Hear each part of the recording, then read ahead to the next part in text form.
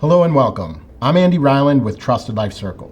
This video covers settings and steps to assist in the safety and security of your loved one's Samsung Galaxy phone in the face of financial scams and identity theft. This tutorial is part of a complete series designed to make your person's phone a lifeline, not a liability, in the journey of mild cognitive impairment, Alzheimer's disease, and Alzheimer's disease-related dementias. The instructions in this video are somewhat aggressive and are intended for individuals who are showcasing cognitive decline and becoming dependent on caregiving. If you are navigating that more ambiguous transitional stage of support where you're deciding whether your person should still drive or still have access to their own credit cards, first, my heart goes out to you. I want to acknowledge that this gray area is one of the most difficult stages of caregiving. Making thoughtful decisions now can help accelerate quality of life for everyone involved, and your loved one's phone is another variable in safety and security that needs to be addressed. However, compared to driving a car or carrying credit cards, with the right settings, the phone is actually one of the few things your loved one can still hold on to and use. In this day and age, the phone carries a wealth of information connected to your person's finances and identity. So in this tutorial, we are going to remove those vulnerabilities while at the same time enhancing what can still be helpful during this uncertain time. After you strip this phone of financial vulnerabilities by following the steps in this video, be sure to watch our Dementia Proofing the Samsung Galaxy tutorial, where we configure the best environment on the phone to help your loved one hold on to their device for as long as it provides familiar comfort, creative connection, and healthy independent practices. If you've already watched that tutorial, great. It doesn't matter which step you take first.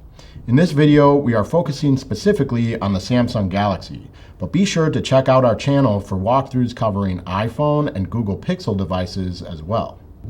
And be sure to download our app, Trusted Life Circle, which was designed specifically for you, the person you're caring for, and your entire support community, helping everyone stay creatively connected during this journey of care. Before we get started, there are two important decisions to consider. First, you may choose to wipe the phone entirely and perform a factory reset. Even if you plan to do that, I still recommend walking through the steps in this video to make sure information is secure and that you're not accidentally restoring payment information or sensitive data from a Google or Samsung account backup. With my mom's phone, I determined it was easier to scale things back within the environment that already existed rather than building everything from scratch. The second decision is to consider the cellular plan.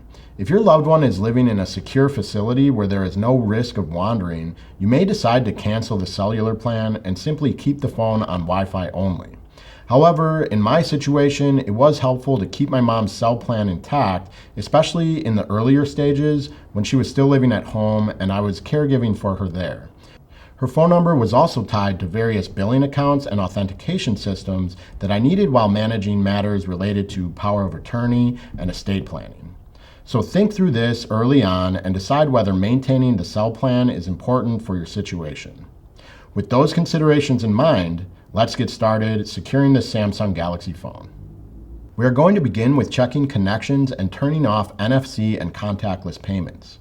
Open your person's phone and go to Settings. First, let's confirm you are connected to Wi-Fi by going to Connections. Also be sure the phone gets connected where your person will be spending most of the time on their phone. In the Connections menu, you will go into NFC and contactless payments. Scroll down and select Default Wallet App and turn this to None. Then go to the top of this menu page and toggle it off to turn off NFC and contactless payments. Press back and confirm this is off, then press back again to return to the main settings page. Next, let's confirm the Samsung account. On the main settings screen, scroll to the top to go into the Samsung account settings. Then scroll down to Profile Info. Here you will confirm the email associated with the Samsung account. It's the email and identity that is associated with this phone. As a caregiver, this is an account you will need to make sure you have access to for Find My Device features and other administrative purposes. When that is confirmed, press back.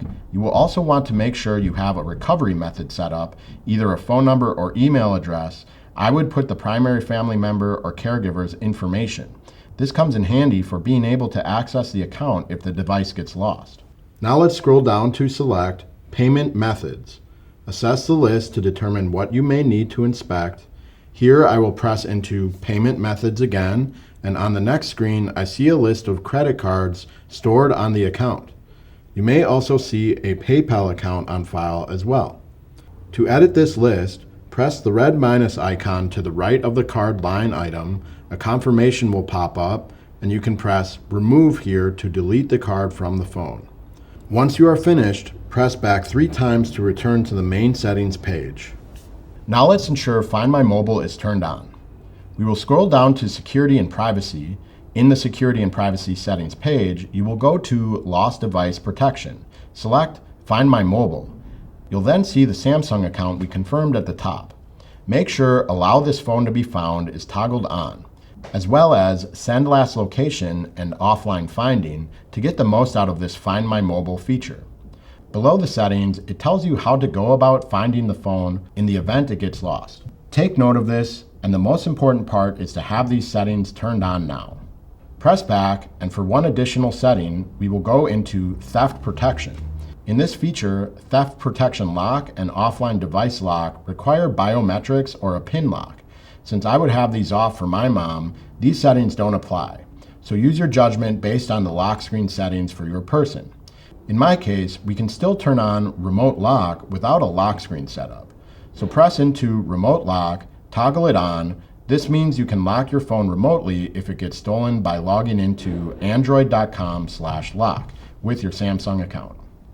Next, we will remove financially sensitive and identity sensitive apps. Go to the home screen and scroll up to see the Apps Screens menu.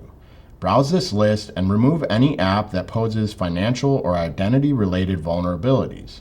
Delete banking, payment, and password apps to protect against financial risks, and delete social apps to help prevent identity-related scamming. Press and hold on any sensitive app to view editing options. When it comes to native apps for Android, you may not be able to delete them, so in this case, you may press Disable to prevent those apps from operating on the phone. Now let's review any accounts on the phone, and we are going to disable their email. Go to Settings, scroll down to Accounts and Backup, and then press Manage Accounts. Review the list of accounts. Remove any accounts that are not relevant to your person by deleting. Then go to the accounts you know are connected to email and relevant to the phone. When you select the account, press Sync Account to review the apps that are synced with the account. If email is selected, toggle this off so that your person will no longer receive or send emails from their phone. Press back and repeat for any other accounts you are keeping on the phone.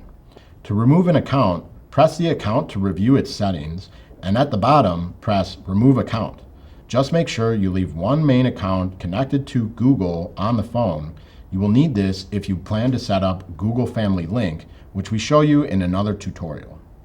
Next, let's focus on the lock screen. We are going to turn off face recognition and passcode on the phone, removing identity-related vulnerabilities from the phone, and also ensuring your person can access the phone easily and without security trouble. Turn screen lock to Swipe or None. When you do this, you will get a confirmation prompt. Press Remove Data, and here you will press Remove to proceed. All right, that's it. At this point, you've removed the major financial and identity vulnerabilities from your loved one's Samsung Galaxy phone. The goal here is to make the phone safe enough to keep. With the right settings, the phone can still remain a familiar and helpful tool during cognitive decline. If this video was helpful, consider subscribing to the channel. We're continuing to build guides like this for iPhone, Samsung Galaxy, and Google Pixel devices to help families navigate the digital side of caregiving. And if you'd like to follow along with what we're building, you can also check out the Trusted Life Circle app, designed specifically to help families stay creatively connected during this journey of care. Thank you for watching.